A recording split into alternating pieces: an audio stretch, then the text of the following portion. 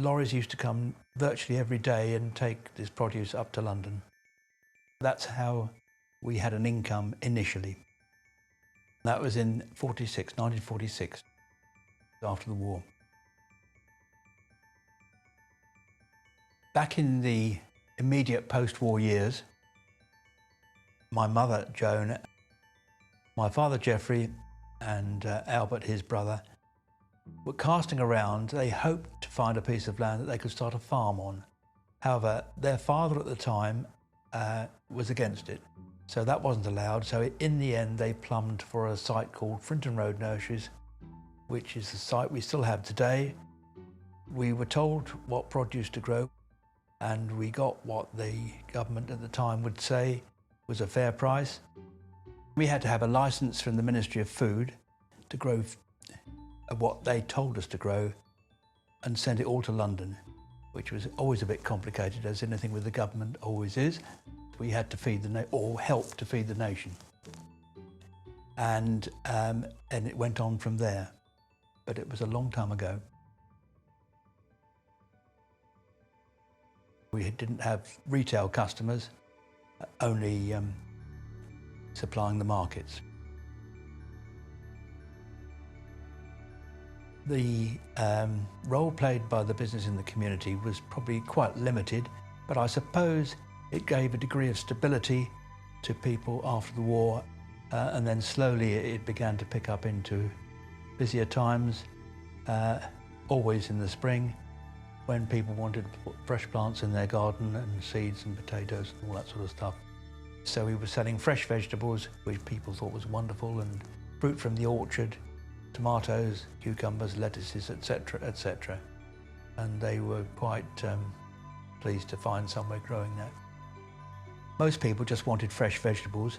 However, it wasn't long before they wanted red, white and blue to be patriotic, so salvias and lobelia and alyssum were grown in quite large numbers to satisfy that demand, and so trade went on from there. It outgrew the site at Frinton Road quite quickly. It was a very old-fashioned wooden greenhouses, which we eventually pulled down, but so it was a workable nursery, heated by a coal-fired boiler, which was in a pit, and there were enormous 4-inch steel pipes running everywhere to warm the greenhouses. That was a long time ago.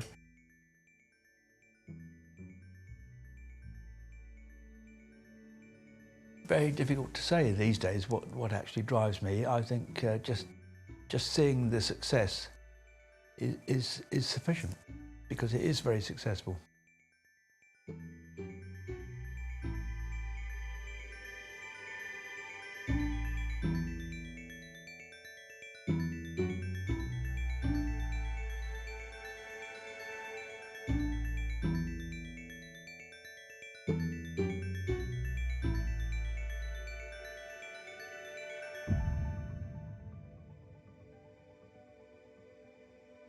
Probably from about 4 or 5 onwards, I would imagine I was allowed to do things, bits of watering and so on, yes. But yes, it was enjoyable. I began working full-time at the garden centre from the age of 15 onwards. Apart from going to Writtle for a short spell of time, spent most of my formative years.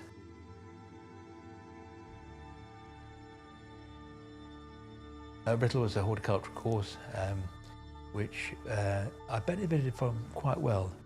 And we used to have races up and down the A12 in very old cars. It was a very good standing in the rest of my life, actually. Silly little things that you didn't really think were important at the time, when you were taught them, became quite important. If I described what we used to do in those days, nobody'd believe it anyway.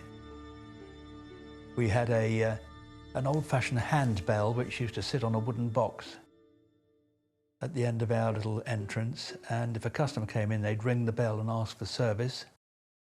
So you'd run down the field and cut them a fresh lettuce, which they thought was wonderful, but could they have another one? So you'd have to run back down the field and cut another one. And it was that sort of funny atmosphere, really. But it wasn't funny in those days, it was what was expected, but it slowly evolved from that. We had a very old rotavator which used to cultivate the ground, but it was just accepted as a norm. And it wasn't until I see what's going on today in the commercial nurseries, you realise how much things have advanced. It's good to feel you're still useful, and if you can do something that people can see that you've been achieved or is useful, it's a great feeling. And also having the benefit of grandchildren these days, the boys and the girls, it's great to get them involved as well. And when they have enthusiastic little faces, it's tremendous. Where they'll go in the future is anybody's guess, but it's a great start for them. And it's amazing what you can find to do if you are pointed in the right direction. The proudest thing is to see happy, satisfied customers and a happy, satisfied team. It's a great thank you when you see somebody smiling and happy.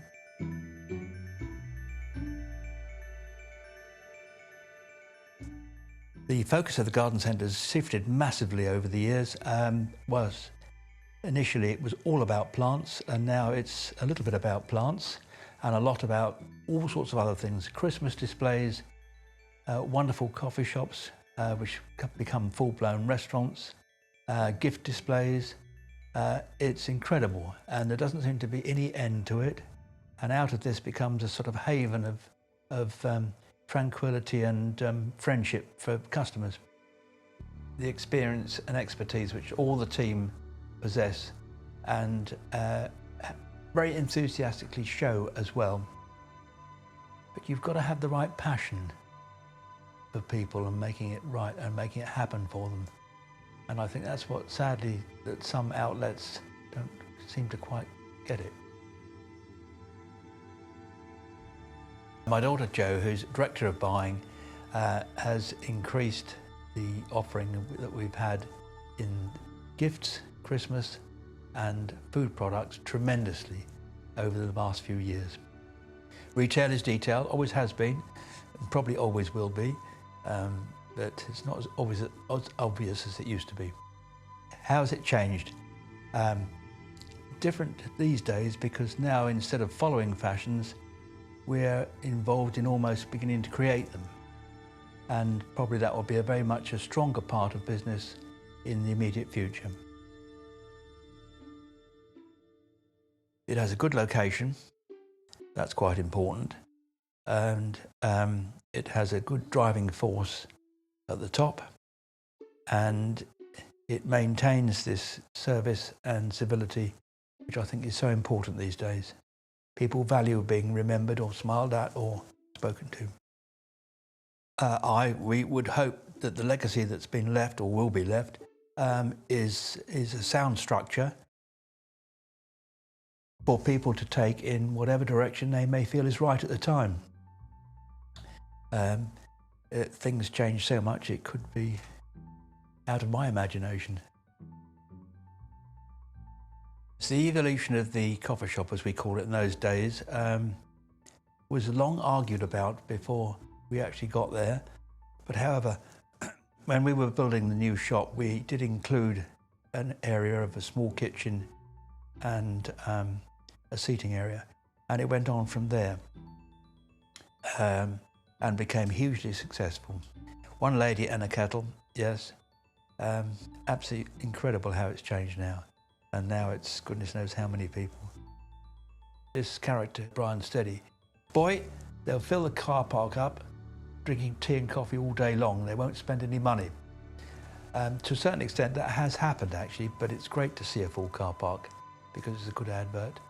So, yes, so that was a disagreement. It took a year or two to get over that. Whilst my mother, to say she wasn't keen on the idea would be an understatement of having a coffee shop. However, Nina, my wife, persisted and went off on a course about how to run a coffee shop and came back with all sorts of ideas.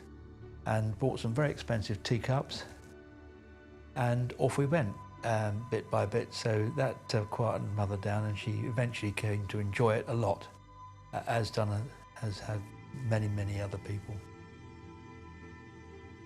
Yes, my mother was always extremely cautious. It never ceased to amaze me how she eventually came round and supported all our, what to her initially were wild ideas. And I think that's been part of our success, because we've had a little bit of restraint here and there.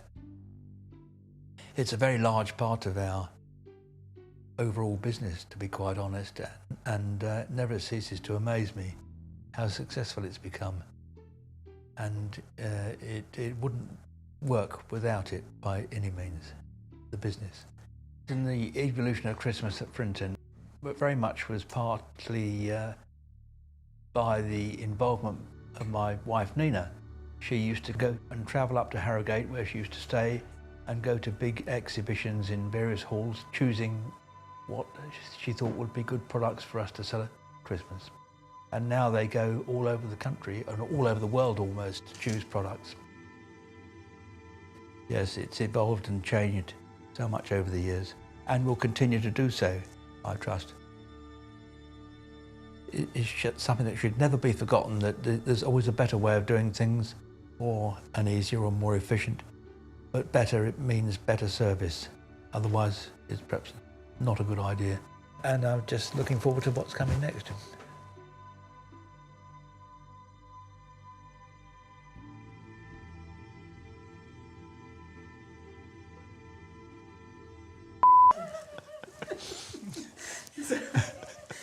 Be honest, Roger.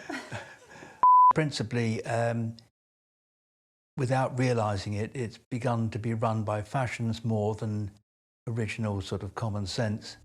And sorry, that's a rude thing to say, wasn't it? You better cut that all out.